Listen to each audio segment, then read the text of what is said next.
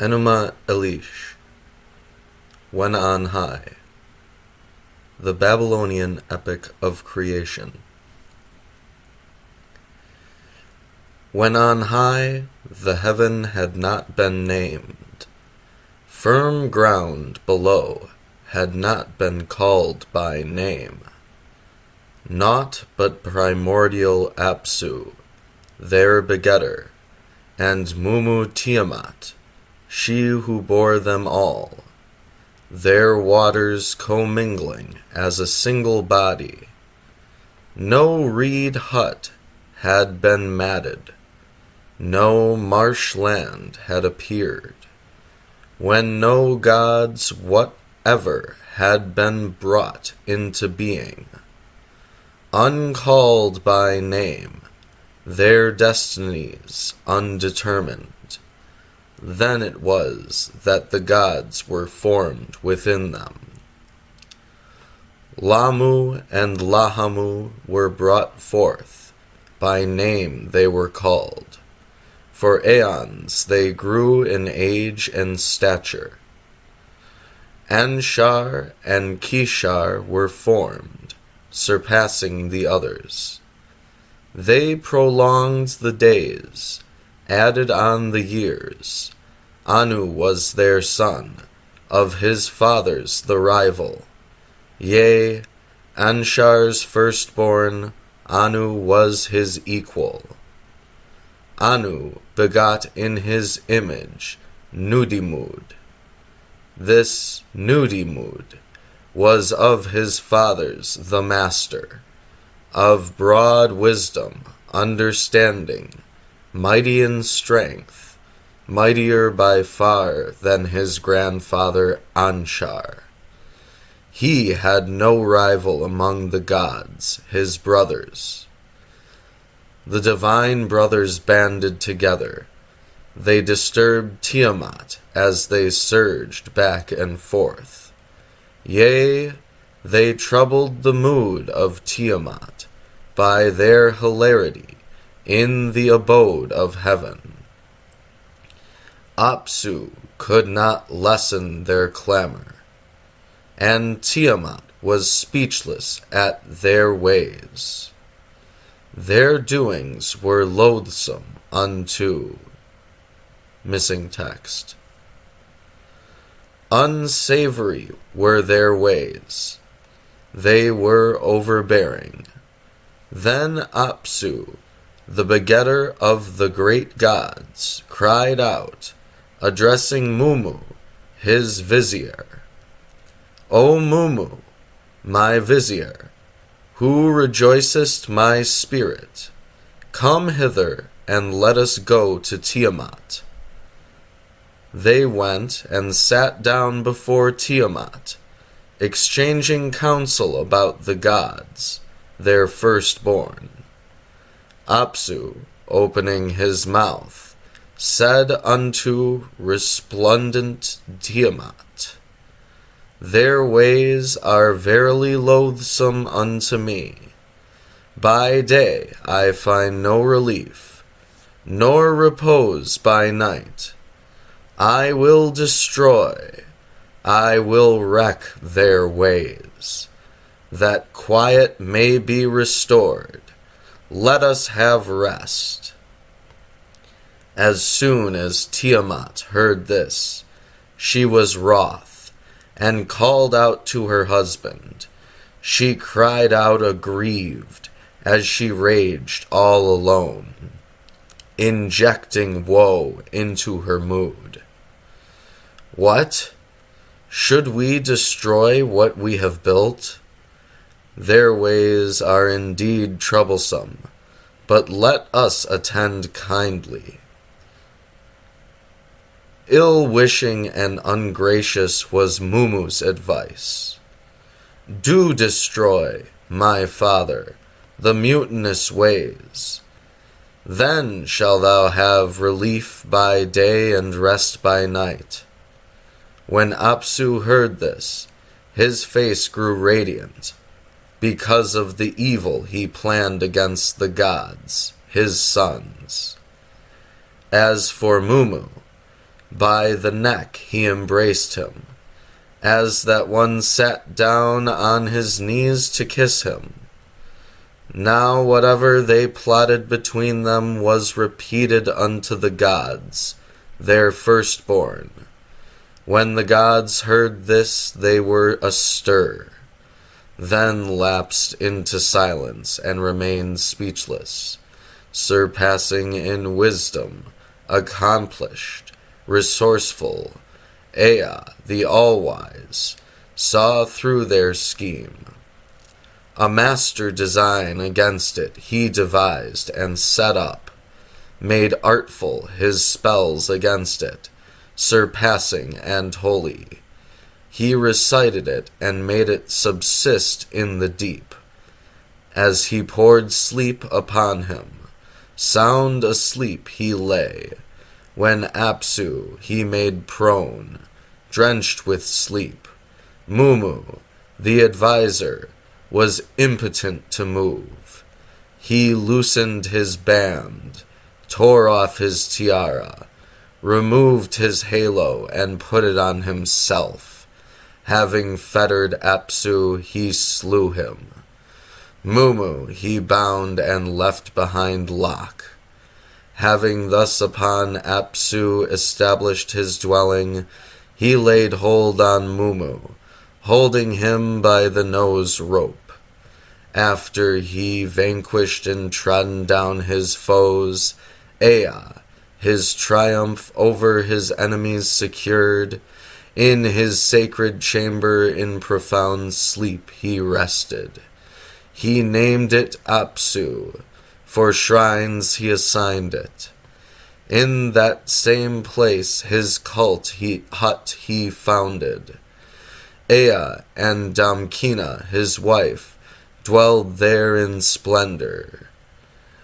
In the chamber of fates, the abode of destinies, a god was engendered, most potent and wisest of gods. In the heart of Apsu was Marduk created. In the heart of holy Apsu was Marduk created. He who begot him was Ea, his father. She who conceived him was Damkina, his mother. The breast of goddesses did he suck. The nurse that nursed him filled him with awesomeness. Alluring was his figure, sparkling the lift in his eyes. Lordly was his gait, commanding from of old. When Ea saw him, the father who begot him, he exalted and glowed, his heart filled with gladness. He rendered him perfect and endowed him with a double Godhead. Greatly exalted was he above them, exceeding throughout. Perfect were his members beyond comprehension, unsuited for understanding, difficult to perceive. 4 were his eyes, 4 were his ears. When he moved his lips, fire blazed forth. Large were all hearing organs, and the eyes, in like number, scanned all things. He was the loftiest of the gods, surpassing was his stature. His members were enormous. He was exceedingly tall. My little son, my little son, my son, the sun, son of the heavens, clothed with the halo of the 10 gods, he was strong to the utmost, as their awesome flashes were heaped upon him. Disturbed was Tiamat, astir day and night. The gods in malice contributed to the storm, their insides having plotted evil. To Tiamat these brothers said, when they slew Apsu, thy consort, thou didst not aid him, but remainedst still. Although he fashioned the awesome saw, thy insides are diluted, and so we can have no rest. Let Apsu thy consort be in thy mind, and Mumu, who has been vanquished. thou art left alone. They joined issue, Tiamat and Marduk, wisest of gods. They swayed in single combat, locked in battle. The Lord spread out his net to enfold her. The evil wind, which followed behind, he let loose in her face. When Tiamat opened her mouth to consume him, he drove the evil wind that she closed not her lips. As the fierce winds charged her belly, her body was distended, and her mouth was wide opened. He released the arrow, it tore her belly.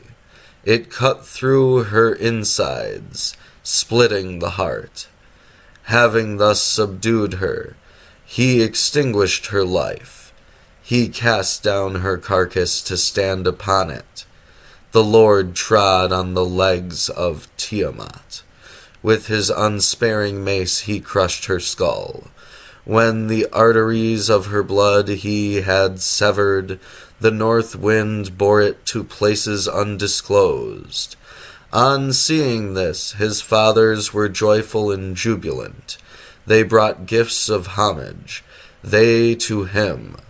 Then the Lord paused to view her dead body, that he might divide the monster, and do artful works. He split her like a shellfish into 2 parts. Half of her he set up and sealed as sky. Pulled down the bar and posted guards. He bade them to allow not her waters to escape. He crossed the heavens and surveyed its regions. He squared Apsu's quarter, the abode of Nudimud. As the Lord measured the dimensions of Apsu, the great abode, its likeness, he fixed as Eshara, the great abode Eshara, which he made as the firmament. Anu, and Lil, and Ea, he made occupy their places. When Marduk hears the words of the gods, his heart prompts him to fashion artful works. Opening his mouth, he addresses Ea. To impart the plan, he addresses Ea. To impart the plan he had conceived in his heart. Blood I will amass and cause boned to be.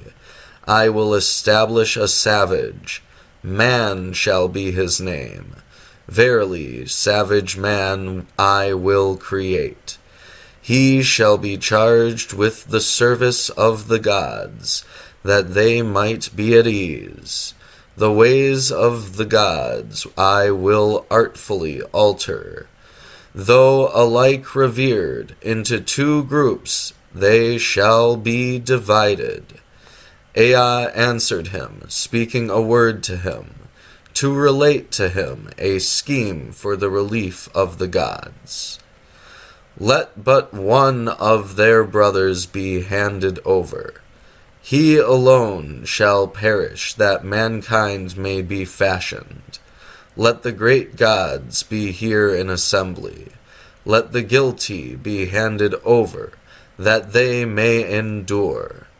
Marduk summoned the great gods to assembly. Presiding graciously, he issued instructions. This utterance the gods paid heed. The king addresses a word to the Anunnaki. If your former statement was true, do now the truth on oath by me declare. Who was it that contrived the uprising and made Tiamat rebel and joined battle? Let him be handed over who contrived the uprising. His guilt I will make him bear, that you may dwell in peace.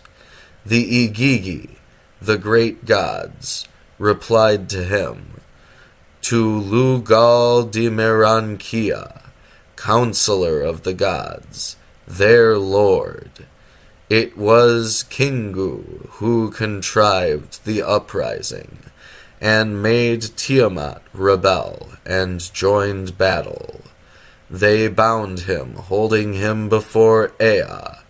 They imposed on him his guilt, and severed his blood vessels.